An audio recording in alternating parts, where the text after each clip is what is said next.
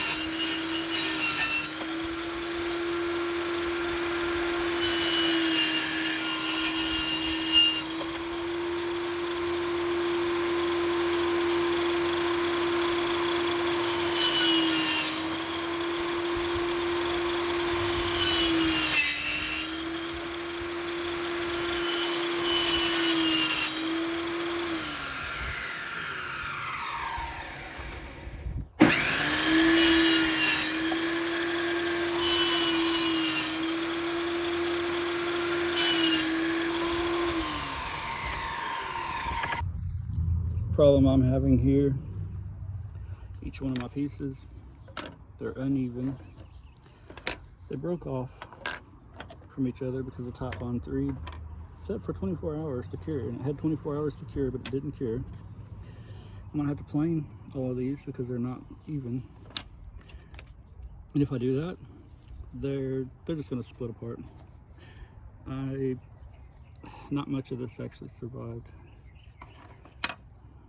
I mean, I could probably make it work, maybe, but gosh, it's gonna be a pain. I don't know. Like, share, follow, subscribe, all that good stuff. Let me know what I should do from here.